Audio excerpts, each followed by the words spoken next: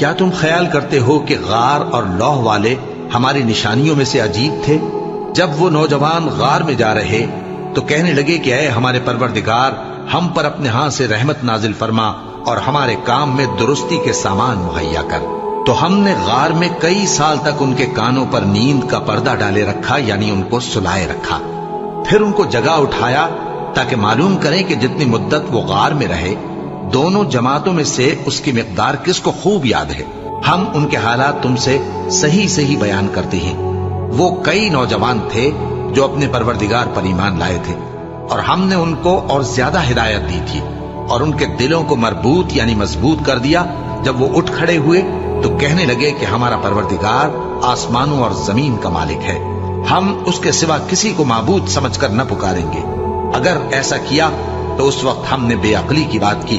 ان ہماری قوم کے لوگوں نے اس کے سوا اور معبود بنا رکھے ہیں، بھلا یہ ان کے معبود ہونے پر کوئی کھلی دلیل کیوں نہیں لاتے؟ تو اس سے زیادہ کون ظالم ہے جو اللہ پر جھوٹ باندھے؟ اور جب تم نے ان مشرکوں سے اور جن کی یہ اللہ کے سوا عبادت کرتے ہیں ان سے کنارہ کر لیا ہے تو غار میں چل رہو، تمہارا پروردگار تمہارے لیے اپنی رحمت وسیع کر دے گا اور تمہارے کاموں میں آسانی کے سامان مہیا کرے گا۔ اور جب سورج نکلے تو تم دیکھو کہ دھوپ ان کے غار سے داہنی طرف سمٹ جائے، اور جب غروب ہو تو ان سے بائیں طرف کترا جائے، اور وہ اس غار کے کشادہ حصے میں تھے۔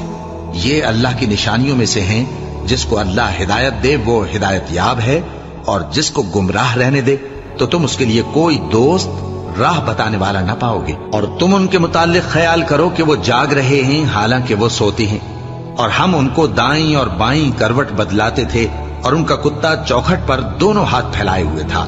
اگر تم ان کو جھانک کر دیکھتے تو پیٹ پھیر کر بھاگ جاتے اور ان سے دہشت میں آ جاتے۔ اور اسی طرح ہم نے ان کو اٹھایا تاکہ آپس میں ایک دوسرے سے دریافت کریں۔ ایک کہنے والے نے کہا کہ تم یہاں کتنی مدت رہے؟ انہوں نے کہا کہ 1 دن یا اس سے بھی کم۔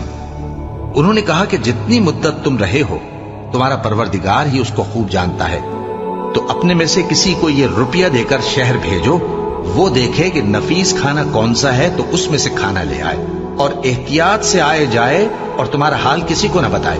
اگر وہ تم پر دسترس پا لیں گے تو تمہیں سنسار کر دیں گے یا پھر اپنے مذہب میں داخل کر لیں گے، اور اس وقت تم کبھی فلاح نہیں پاؤ گے۔ اور اسی طرح ہم نے لوگوں کو ان کے حال سے خبردار کر دیا تاکہ وہ جانے کہ اللہ کا وعدہ سچا ہے، اور یہ کہ قیامت جس کا وعدہ کیا جاتا ہے اس میں کچھ شک نہیں۔ اس وقت لوگ ان کے بارے میں باہم جھگڑنے لگے اور کہنے لگے کہ ان کے غار پر عمارت بنا دو۔ ان کا پروردگار ان کے حال سے خوب واقف ہے۔ جو لوگ ان کے معاملے میں غلبہ رکھتے تھے وہ کہنے لگے کہ ہم ان کے غار پر مسجد بنائیں گے۔